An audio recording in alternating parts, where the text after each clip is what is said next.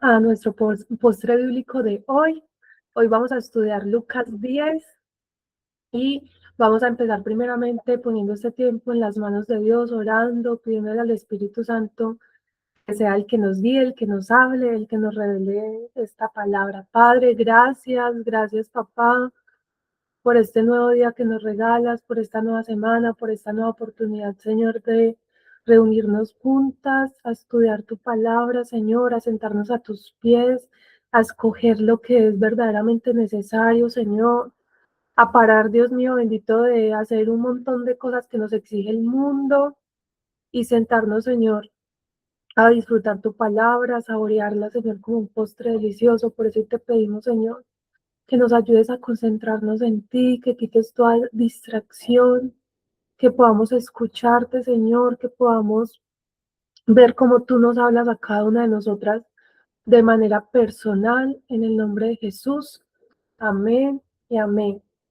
Listo, vamos a empezar recordando la técnica de estudio, por si hay alguien que ve este video por primera vez, y es una herramienta que estamos usando para poder estudiar la Biblia de una manera muy práctica y que podamos memorizar mucho más fácil la palabra, meditar más en lo que estamos leyendo, en lo que estamos estudiando, y no nos quedemos como solo como en el leer por leer.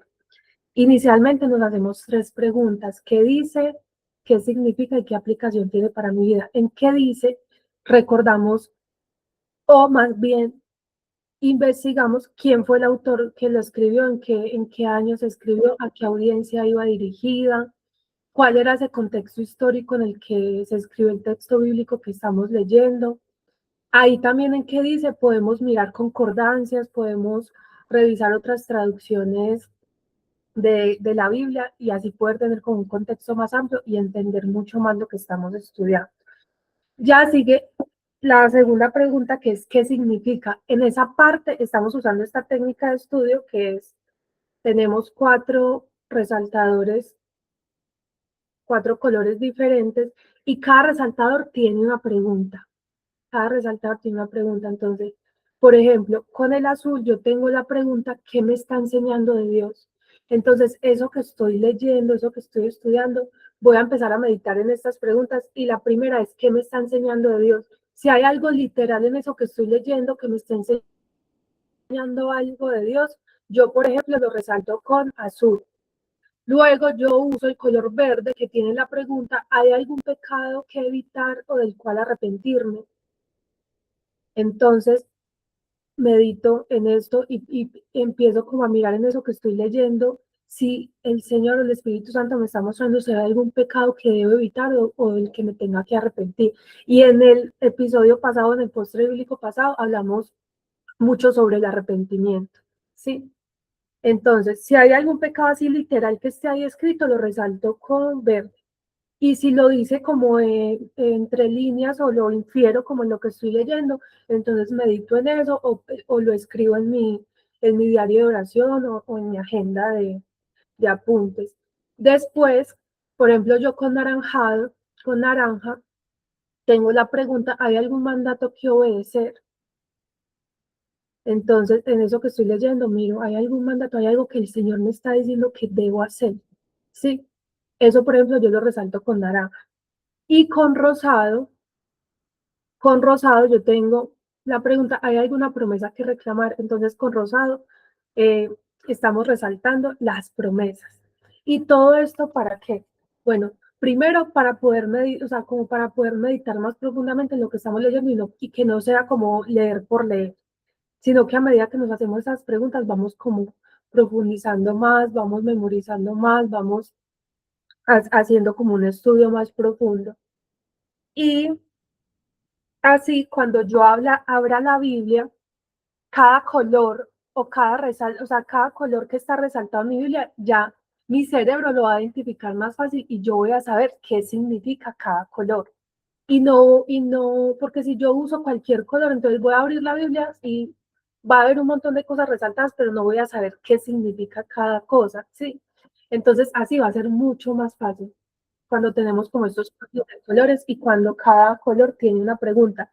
Yo, por ejemplo, se las pego acá directamente al resaltador porque es mucho más fácil. yo saco el resaltador, entonces yo ya sé que cada pregunta tiene un color asignado, ¿sí? Y no tengo que ir y mirar en la agenda donde yo escribí las preguntas y eso de pronto retrasa mucho más. Esa es una forma muy práctica. Listo, entonces ya recordando como esa técnica de estudio, vamos a empezar a leer el capítulo de hoy, que es Lucas 10. Yo lo voy a leer en nueva traducción viviente. Dice, después el Señor, pero vamos a hacer como un pequeño recorderis del capítulo pasado que terminó.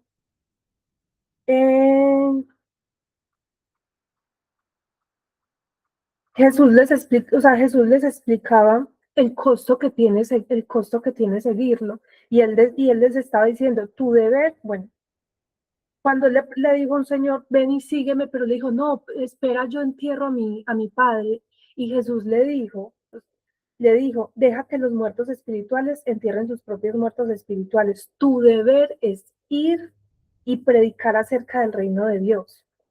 Otro dijo, sí, Señor, te seguiré, pero primero deja que me despida mi familia. Jesús le dijo, el que pone la mano en el arado y luego mira atrás no es apto para el reino de Dios. Así terminó el capítulo 9.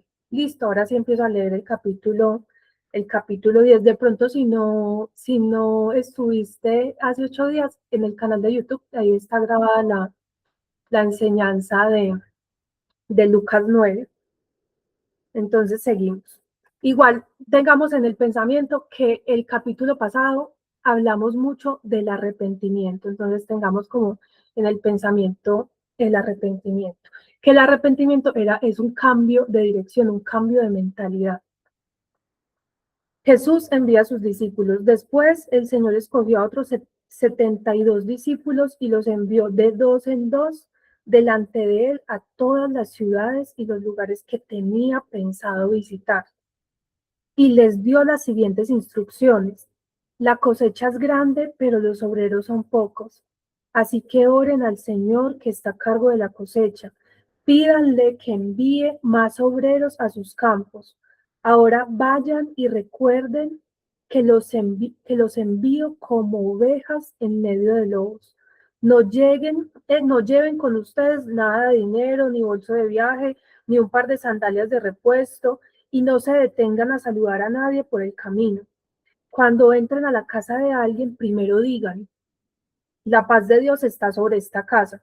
Si los que viven en la casa son gente de paz, la bendición permanecerá. Si no lo son, la bendición regresará a ustedes. No cambien de una casa a otra. Quédense en un lugar, coman y beban lo que les den. No duden en aceptar la hospitalidad, porque los que trabajan merecen recibir su salario. Si entran en un pueblo donde los reciben bien, coman todo lo que les ofrezcan, sanen a los enfermos y díganles, el reino de Dios está cerca de ustedes. Pero si un pueblo se niega a recibirlos bien, salgan a las calles y digan, nos limpiamos de los pies hasta el polvo de su ciudad para mostrar que los abandonamos a su suerte. Y sepan esto, el reino de Dios está cerca. Les aseguro que el día del juicio le irá mejor a la perversa Sodoma que a ese pueblo. ¿Qué aflicción les espera Corazín y Betsaida? Pues si en las perversas ciudades de Tiro y de Sidón se hubieran hecho los milagros que hice entre ustedes, hace tiempo sus habitantes se habrían arrepentido. Acá vuelve y nos habla del arrepentimiento. Voy a volver a leer esta última frase. Bueno, este último versículo, el 13. ¿Qué aflicción les espera Corazín y Betsaida? Pues si en las perversas ciudades de Tiro y de Sidón se hubiera hecho los milagros que hice entre ustedes, hace tiempo sus habitantes se habrían arrepentido de sus pecados, vistiéndose de tela áspera y echándose ceniza sobre la cabeza en señal de remordimiento. Así es, el día de juicio les irá mejor a Tiro y Sidón que a ustedes. Y ustedes, los de Capernaum, ¿serán honrados en el cielo? No, descenderán al lugar de los muertos. Entonces dijo a sus discípulos, El que acepta el mensaje de ustedes me acepta también a mí. El que lo rechaza a ustedes, a mí me rechaza. Y el que me rechaza a mí, rechaza a Dios, quien me envió. Bueno, va a parar ahí un momentico. Y a mí me llama mucho la atención, bueno, de acá hasta donde vamos, dos cosas. Y es que ellos tenían la misión de ir, bueno, sanar a los enfermos, hacer como esas señales milagrosas, pero todo esto era con el propósito de decirle a las personas, el reino de Dios está cerca, o sea, el reino de los cielos está cerca. Entonces, y después de eso nos dice, en esta parte que dice que aflicción les espera Corazín y Betsaida, pues en las perversas ciudades de Tiro y Sidón, si se hubieran hecho los milagros que dice entre ustedes, hace tiempo sus habitantes se habrían arrepentido. Entonces, el propósito de esos milagros no era solo hacer el milagro y ya. El propósito de esos milagros era que que las personas se arrepintieran. Y recordemos qué significa ese arrepentimiento, es ese cambio de dirección. Y lo que hemos venido hablando, ya hoy, imagínense, ya hoy vamos en el capítulo 10, o sea que ya hemos venido 10 martes estudiando el Evangelio según Lucas. Y miren que sí, o sea, y miren que desde el principio siempre en Lucas nos ha mostrado que el mensaje del Evangelio es un cambio de vida, es el arrepentimiento. ¿Por qué?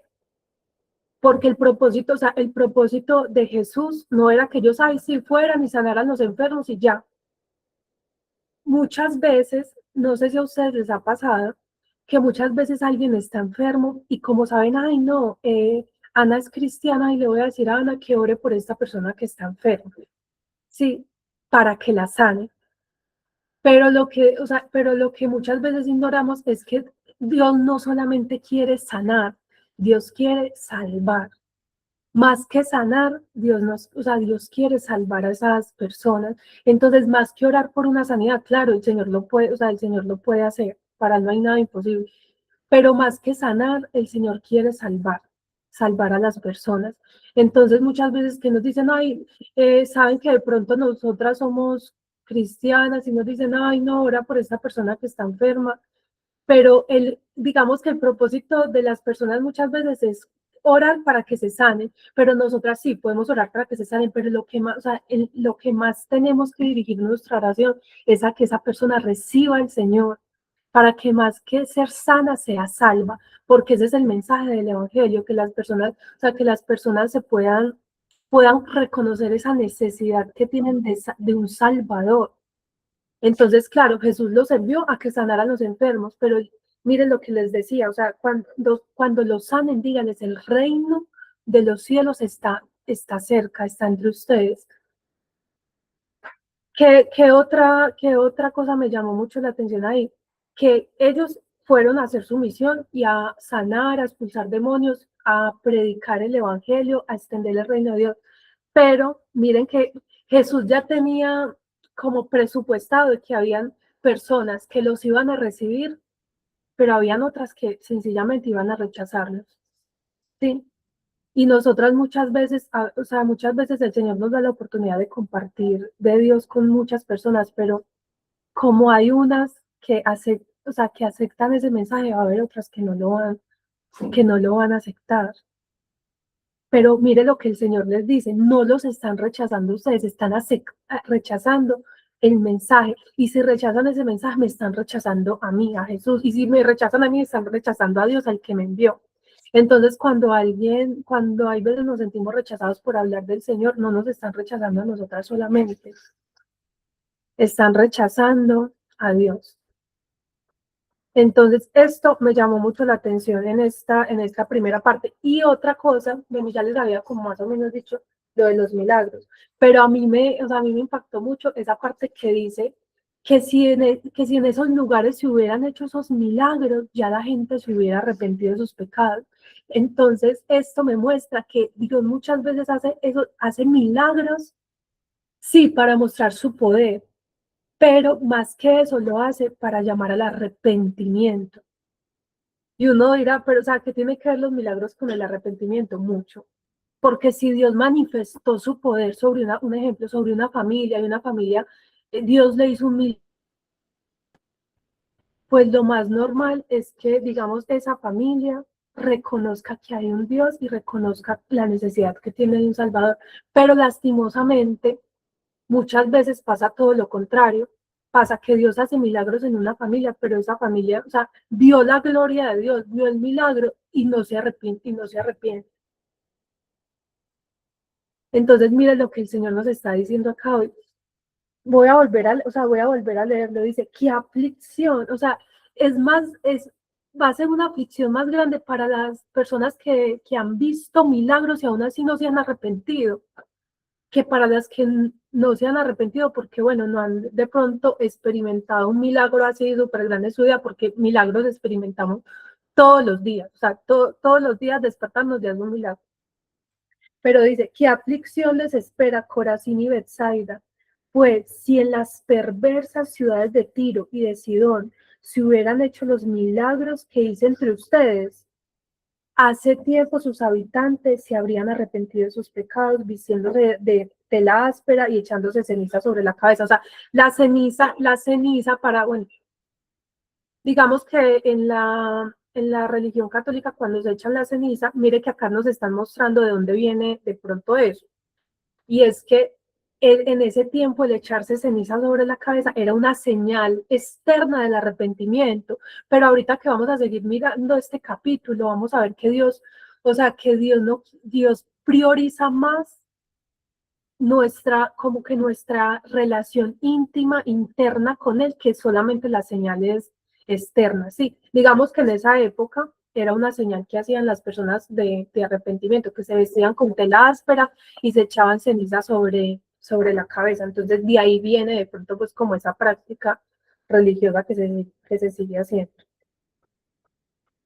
Sigo leyendo. Bueno, voy a volver acá desde el 16. Entonces dijo a sus discípulos, el que acepta el mensaje de ustedes, me acepta también a mí. El que los rechaza a ustedes, a mí me rechaza. Y el que me rechaza a mí, rechaza a Dios, a quien me envió. Cuando los 72 discípulos regresaron, le informaron llenos de alegría. Señor, hasta los demonios nos obedecen cuando usamos tu nombre. Dijo, vi a Satanás caer del cielo como un rayo. Miren, les he dado autoridad sobre todos los poderes del enemigo. Recuerden lo que leíamos en Lucas 9 hace 8 días, que Dios, cuando Dios nos escoge, Dios nos da su poder y su autoridad. O sea, Dios nos da poder y autoridad. Y miren lo que el Señor nos está diciendo hoy. Miren, les he dado autoridad sobre todos los poderes del enemigo. Nosotras, como hijas de Dios, como discípulas de Cristo, tenemos poder y autoridad tenemos autoridad sobre los poderes del enemigo. Pueden caminar entre serpientes y escorpiones y aplastarlos. Nada les hará daño. Pero miren esta parte, pero no se alegren de que los espíritus malignos los obedezcan. Alégrense porque sus nombres están escritos en el cielo. Miren esta parte, ellos llegaron no, ellos venían, no se la creían de que hasta los demonios se sujetaban a ellos y les obedecían, pero miren lo que Jesús les dice, o sea, no se alegren por eso, alégrense porque sus nombres estén escritos en el cielo. ¿Por qué? Porque muchas veces pensamos que alguien está o sea, que alguien es, mejor dicho, tiene un nivel espiritual, que porque expulsa demonios, porque hace señales externas. Pero o sea, acuérdense que eso, o sea, eso que el Señor nos permite hacer muchas veces no se trata de nosotros, se trata de Él y Él hace su obra y eso no quiere decir que esa persona conozca realmente a Dios y tenga una relación con Dios. Mire, este domingo que estaba en la iglesia, en el servicio pues general, estaba predicando un profeta y él dijo algo muy sabio y él dijo, hace años, yo solo con mirar la gente caían. o sea, y el Espíritu Santo se movía a través de la vida del impresionante, y él decía, pero yo no conocía a Jesús, yo no lo conocía, y aún así Dios lo usaba para hacer grandes señales milagrosas. Entonces no quiere decir que porque de pronto hagamos cosas, eso ya, o sea, eso ya quiere decir que estamos súper bien con Dios, que ya, mejor dicho, nuestro nombre está escrito en el cielo. No podemos descuidar, o sea, no podemos descuidar nuestra relación personal con Dios porque ya creemos que porque hablamos en lenguas, que porque hacemos señales o cosas, o Dios nos permite hacer algo para Él, ya estamos súper bien con Él. Acuérdense también lo que dice en uno de los evangelios, cuando llegaron y decían, Señor, Señor, y él les decía, no me digan, Señor, Señor, aléjense de mí, hacedor de maldad. O sea, él decía, y ellos le dijeron, pero si expulsamos demonios en tu nombre, pero si sanamos enfermos, y él les dijo, no los conozco. Entonces, por eso acá Jesús les está advirtiendo, no se alegren de que los espíritus malignos los obedezcan. Alégrense porque sus nombres están escritos en el cielo.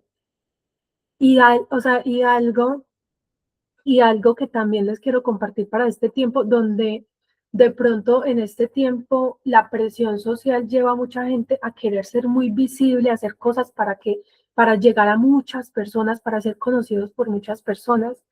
Es que es mejor no ser conocido por miles de personas, pero ser conocido por Dios, que ser conocido por muchas personas, pero no ser, bueno, espera, no ser conocido por muchas personas, pero ser conocido por Dios, que ser conocido por muchas personas y no ser conocido por Dios. Entonces, por eso Jesús, cuando ellos llegaron todos, mejor dicho, emocionados de todo eso que hicieron, Jesús les dijo, no se alegren por eso, no se alegren por lo que hagan. Entonces, por ejemplo, yo me lo digo a mí misma, yo no me alegro porque acá se conecten muchas personas. Claro, si se conectan miles, maravilloso porque se van a escuchar el mensaje, porque se va a extender el reino de Dios. Pero acá está Pau y ella un día me dijo, Dani, así se conecte una sola persona, se está cumpliendo el propósito de Dios. Entonces el Señor, o sea, el Señor hoy nos está llamando a eso, no nos alegremos por las cosas externas que podamos lograr hacer o que el Señor nos permita hacer. Alegrémonos porque nuestro nombre está escrito en el cielo, porque así no nos conozcan millones de personas, somos conocidas por Dios. O sea, esa debe ser nuestra meta, no ser claro, el Señor en su infinita misericordia nos podrá permitir llegar a miles de personas, gloria a Dios, pero si no, gloria a Dios porque somos conocidas por Él, que es lo más importante. Entonces sigo leyendo. En esa misma ocasión, Jesús se llenó del gozo del Espíritu Santo y dijo, oh Padre, Señor del cielo y de la tierra, gracias por esconder estas cosas de los que se creen sabios e inteligentes y por revelárselas a los que son como niños. Sí, Padre, te agradó hacerlo de esta manera. Mi Padre me ha confiado todo. Nadie conoce verdaderamente al Hijo excepto el Padre, y nadie conoce verdaderamente al Padre excepto el Hijo, y aquellos a quienes el Hijo decide revelárselo. Después, cuando estuvieron a solas, se volvió a sus discípulos y les dijo, benditos los ojos que ven lo que ustedes han visto. Les digo que muchos profetas y reyes anhelaron ver lo que ustedes ven, pero no lo vieron y anhelaron oír lo que ustedes oyen, pero no lo llegan. Cierto día, un experto en la ley religiosa se levantó para probar a Jesús con la siguiente pregunta. Entonces, recordemos que siempre los religiosos estaban tratando como de probar a Jesús y les hacían preguntas como con doble sentido, a ver en qué fallaba o en qué se equivocaba. Y esto también nosotros, bueno, yo no lo resalté con verde, acuérdense que con verde yo resalto, ustedes escogen el color que quieran, si quieren el verde, pues súper, pero si no, el color que quieran. ¿Hay algún pecado que evitar o del cual arrepentirme? Yo digo que bueno, me faltó resaltarlo, pero ya lo voy a resaltar porque muchas veces nos tenemos que arrepentir de hacer cosas con doble intención o tenemos que evitar hacerlo si no lo hemos hecho evitar hacerlo o arrepentirnos si lo hemos hecho, porque muchas veces nos acercamos a alguien con una doble intención, no con una intención como genuina, desinteresada, sino como que nos acercamos con doble intención, o como dicen, digamos, dicen mucho, echar como con mentiras, sacar verdades. Entonces decimos una cosa para sacar como otra, ¿sí? Eso eran los que hacían los religiosos de esa época, se acercaban a Jesús con una doble intención, con hacerle preguntas con la intención como de corcharlo o de mirar en qué fallaba él. Y en Bogotá tengo una amiga que es santanderiana y ella me decía, o sea, que metiendo panela para sacar guarapo, algo así, hay un dicho así como popular. Entonces, permitamos que el Espíritu Santo nos examine si de pronto nosotras estamos actuando muchas veces con doble intención, o tener el discernimiento cuando alguien se nos acerca así como con una intención que no es sana. Entonces, mire lo que hicieron los religiosos. Le preguntaron, maestro, ¿qué debo hacer para heredar la vida eterna? Jesús contestó, ¿qué dice la ley de Moisés? ¿Cómo la interpretas? El hombre contestó, ama al Señor tu Dios con todo tu corazón, con toda tu alma, con todas tus fuerzas y con toda tu mente. Y ama a tu prójimo como a ti mismo. Eso, por ejemplo, este versículo yo lo resalté con naranja, que recuerden que con naranja yo resalto, ¿hay algún mandato que obedecer? ¿Qué me está diciendo ahí Dios que obedezca? Que debo amar al Señor mi Dios con todo mi corazón, con toda mi alma, con todas mis fuerzas, con toda mi mente. Y amar a mi prójimo como a mí mismo. Sigo. Jesús le dijo, correcto, haz esto y vivirás. El hombre quería justificar sus acciones, entonces le preguntó a Jesús, ¿y quién es mi prójimo? Y entonces Jesús le respondió con una historia. Un hombre judío bajaba de Jerusalén a Jericó y fue atacado por ladrones.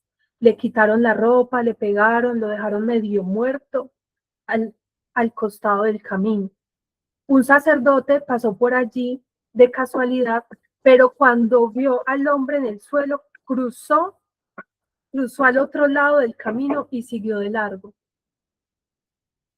sea, ¿cuántas veces nosotras vemos a alguien como necesitado y como que nos hacemos como que no lo vimos?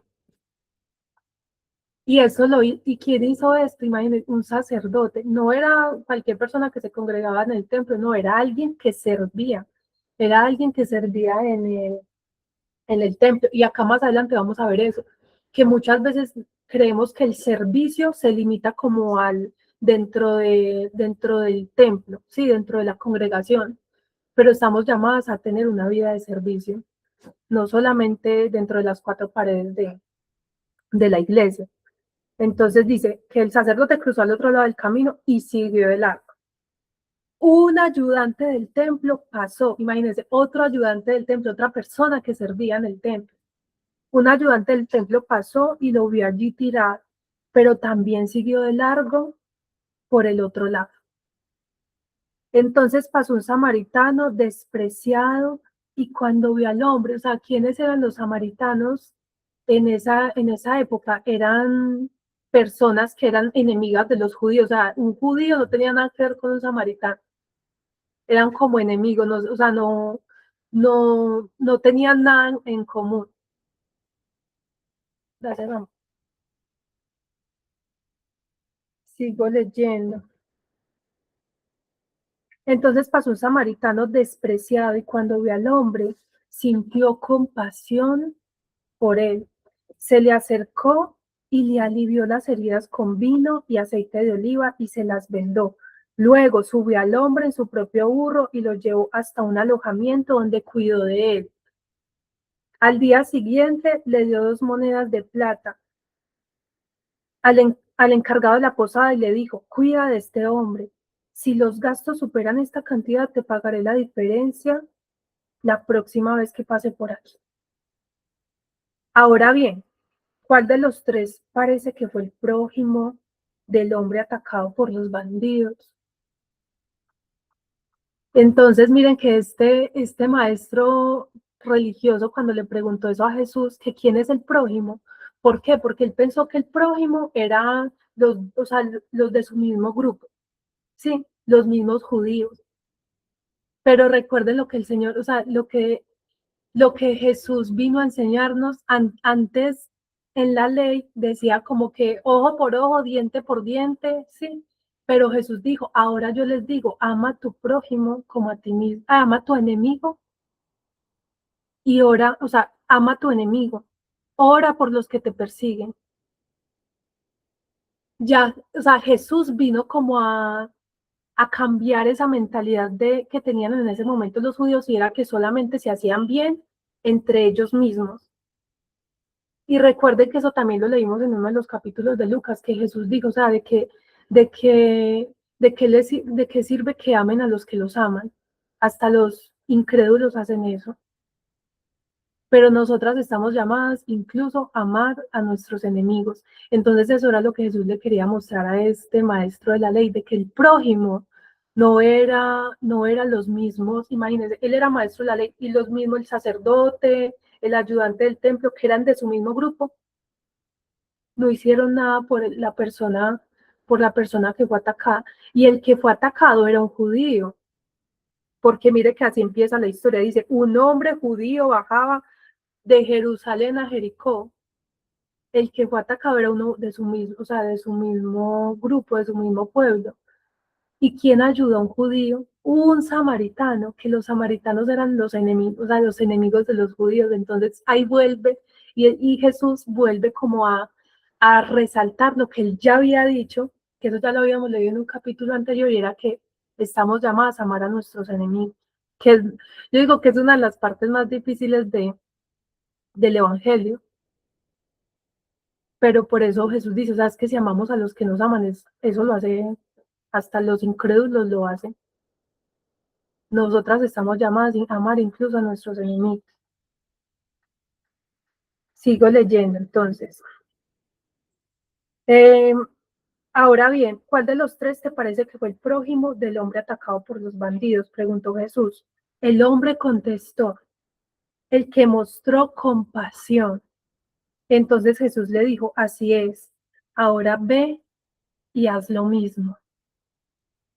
¿Y qué es la compasión? O sea, y qué es la compasión? Es como, la compasión no es solo como que, ay, yo pasé y vi a alguien que necesitaba ayuda y yo dije, ay, qué pesar, pero seguí derecho. La compasión es esa, como ese amor, esa, ese sentimiento que me lleva a tomar acción, a hacer algo por esa persona. Porque muchas veces nosotras, y yo me tengo que arrepentir de eso porque lo he hecho, uno ve una situación difícil o alguien que está en ese momento como tiene una necesidad y uno va por la calle en su afán de que va para algún lado, entonces uno piensa como que, ay, no voy a llegar tarde, entonces sigue derecho.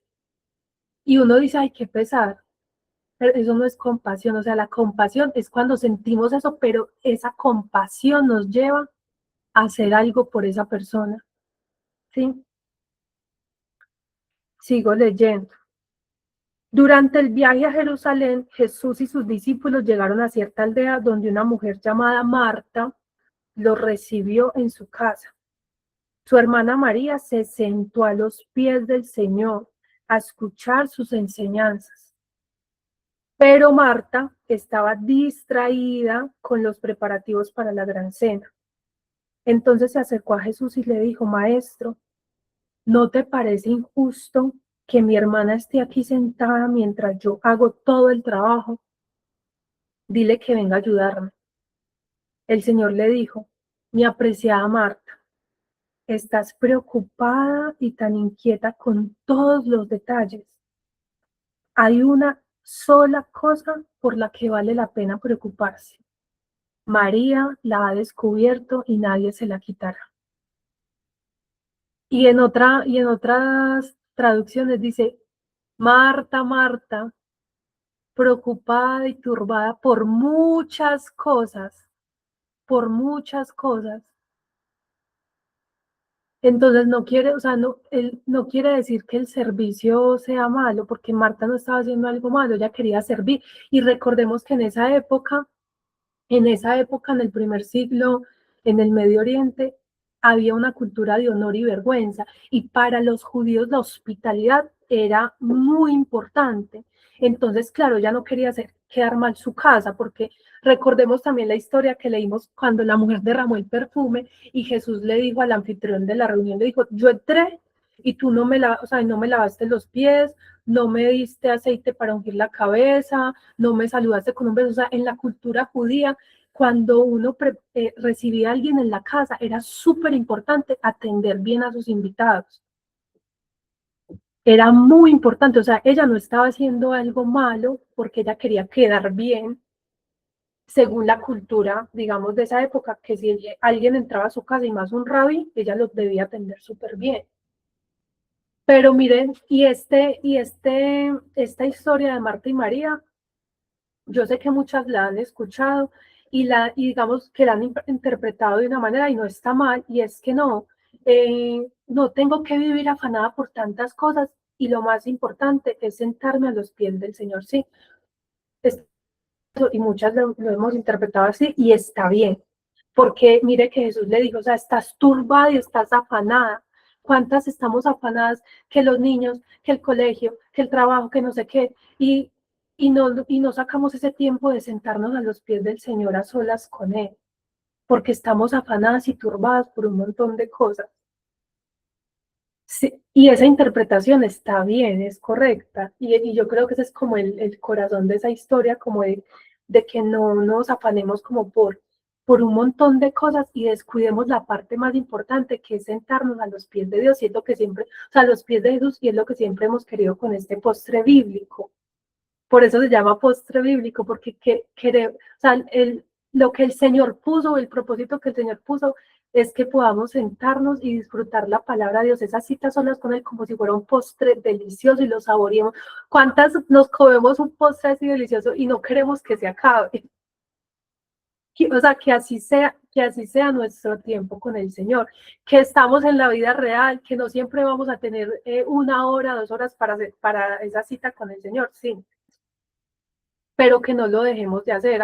Es mejor hacerlo que no hacerlo, que todos los días son diferentes, entonces tampoco es que nos vamos a volver religiosos y vamos a decir, no, es que si yo no me siento a la misma hora, 1 hora completa, no, tampoco tenemos que quitarnos también como esa carga de religiosidad, de que es que tiene que ser así, tiene que ser hasta ahora. Claro, ojalá lo podamos hacer de madrugada, en la mañana, antes de empezar el día. Para mí es lo mejor, pero no quiere decir que sea la única manera. No quiere decir que sea la única manera. Pero saben yo que, o sea, saben también que siento que el Espíritu Santo me reveló con esto de Marta, viendo como todo ese contexto cultural en el que se estaba como desenvolviendo esta historia. Y es que muchas nos llenamos de cosas por el miedo al que dirán. Muchas nos llenamos de cosas por el miedo al que dirán. Porque Marta, o sea, recordemos que ella estaba en una cultura donde era súper importante ser hospitalario, y si alguien entraba a mi casa yo lo tenía que atender súper bien, porque era una cultura de honor y vergüenza. O sea, que si ella no atendía bien a su visita, iba a quedar en vergüenza.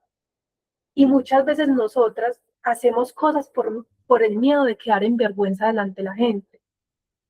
Y nos llenamos de cosas, de tareas y de cosas por el miedo de quedar en vergüenza delante de la gente, o que dirán, ay, no, pero es que Mercy, que ella le dice sí a todo y ella súper, que ella, yo sé que si yo le digo a ella, ella lo va a hacer, pero en el fondo puede ser por un miedo a que dirán, ay, no, Mercy ya se volvió, que, o sea, ya no es tan chévere, ya ella no le gusta ayudar, no, o no quiere servir, perdón que te ponga ejemplo, pero yo sé, pero yo sé que muchas veces nos llenamos de cosas como Marta y estamos afanadas, turbadas, cansadas, preocupadas, ansiosas, porque le hemos dicho sí a muchas cosas por el miedo al que dirán.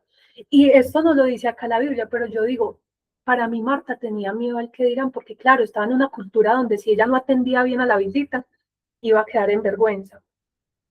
Y aparte de eso, porque siento que el Señor me confirmó como que si era miedo al que dirán, porque en ese contexto judío, esta expresión que dice así, mire, María se sentó a los pies del Señor.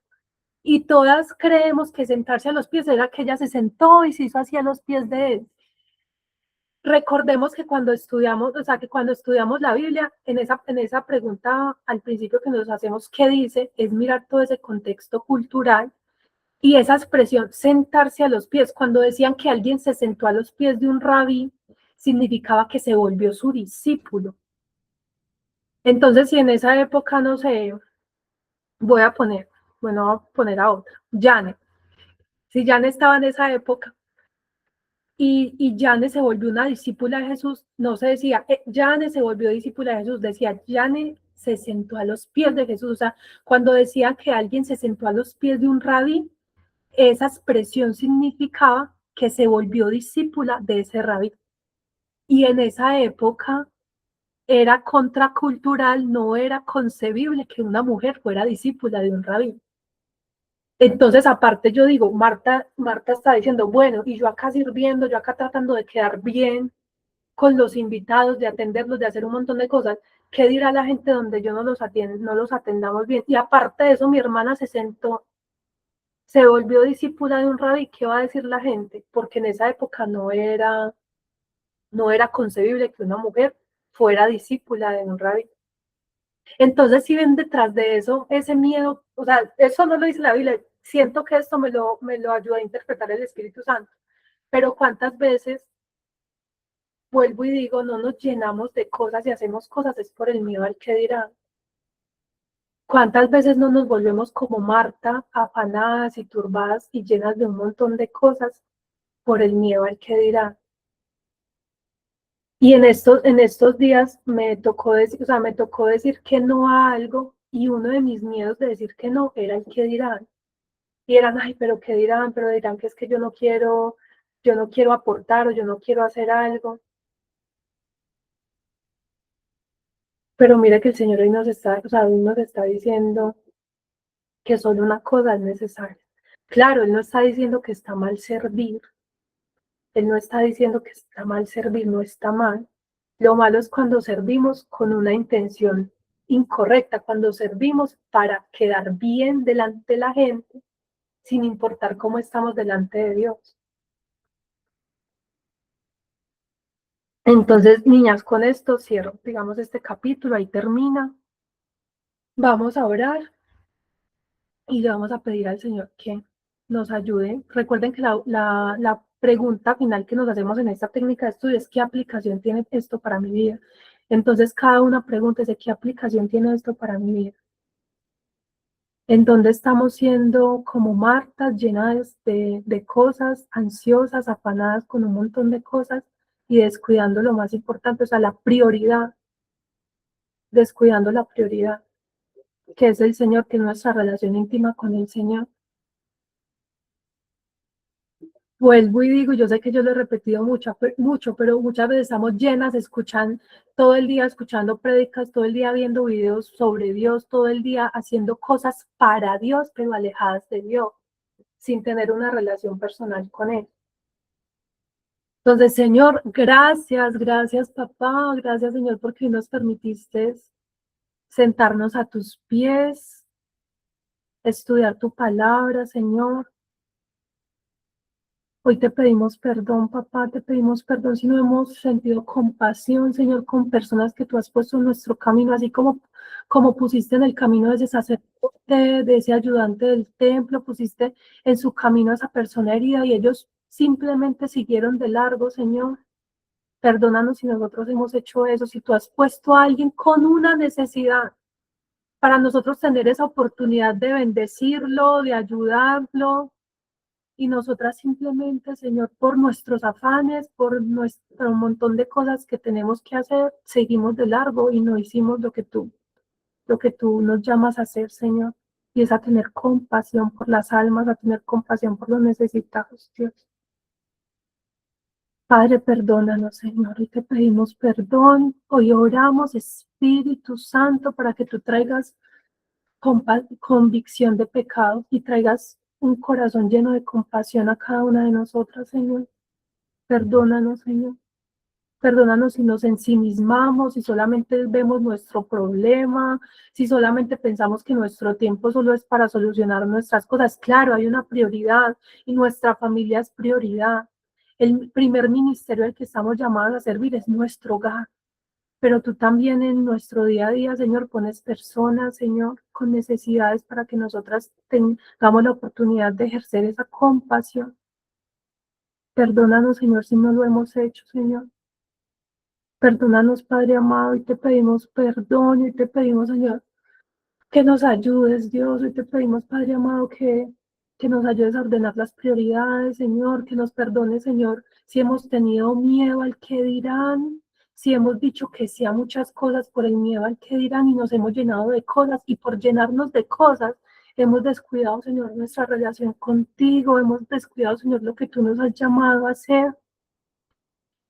Perdónanos, Señor, si hemos estado como Marta, afanadas, turbadas, distraídas, porque en esta versión tú dices que Marta estaba distraída, Señor, y tú también en todos estos 10 capítulos tú nos has hablado de que tú quieres nuestra atención y que en este mundo hoy en día es tan fácil distraernos, Señor, perdónanos, Señor. Ayúdanos a estar despiertas, a estar alertas, a estar atentas, Señor, a tu voz, a estar atentas a tu dirección, a estar atentas a lo que tú quieres que hagamos, Señor. Perdónanos, Señor, si nos hemos distraído, Señor. Incluso nos podemos distraer haciendo cosas que no son malas, pero estamos distraídas. Perdónanos, Señor. Danos discernimiento, Señor, para saber en qué estamos distraídas, Señor. Ayúdanos a recuperar nuestra atención, a estar atentas, Señor. Recupera nuestra atención, Señor, porque estamos en un mundo, en este momento donde hay una crisis de atención, donde ya la atención, Padre amado, se va por cualquier lado, se distrae con cualquier cosa, Señor, perdónanos, Señor. Hoy te pido, Padre amado, hoy te pido que nos ayudes, Señor, a ser diligentes, a hacer lo que tenemos que hacer como Marta, pero que tengamos un corazón y nuestras prioridades como la de María, Señor. Que nuestra prioridad sea la relación contigo, que nuestra prioridad sea sentarnos a tus pies, que nuestra prioridad sea lo que tú piensas, que nuestra prioridad sea hacer lo que tú quieres que hagamos, Señor, y no nos dejemos llevar, Señor, por lo que este mundo nos exige que hagamos, porque este mundo nos exige que seamos súper productivas, de que los niños, de que el trabajo, de que el estudio, de que el emprendimiento, de que hagamos un montón de cosas para esta tierra, Señor, y estamos descuidando lo eterno, Señor, perdón. Ayúdanos, Señor, a que todo lo que hagamos, Señor, cuente para tu reino. Si nos permites tener un trabajo, que eso cuente para tu reino. Si nos permites tener un emprendimiento, que eso cuente para tu reino, Señor. Si nos permites tener unos hijos, Señor, que eso cuente para tu reino, para seguir extendiendo tu reino acá en la tierra, Señor. Que todo lo que tú nos permitas hacer no sea solamente porque la sociedad nos exige que seamos súper productivas, exitosas afuera, Señor. Perdónanos, Dios, perdónanos, Señor, si queremos es cumplir las expectativas del mundo, Señor, perdón. Solo queremos cumplir, Señor, con tu voluntad, Señor, y hoy oro para que cumplas tu voluntad en nuestras vidas, papá. Te lo pido en el nombre poderoso de Jesús. Ayúdanos a descansar en ti. Que así muchas veces tengamos que hacer muchas cosas como Marta, sí, ella tenía que hacer muchas cosas, ella tenía que quedar bien, porque la cultura se lo exigía, de que debía atender bien su visita. Pero hoy tú nos recuerdas que solo una cosa es necesaria. No permita, Señor, que nos dejemos distraer por todo lo que nos exige este mundo que hagamos, Señor. Perdónanos, Señor, perdónanos, Padre. Te lo pedimos en el nombre de Jesús. Amén y amén.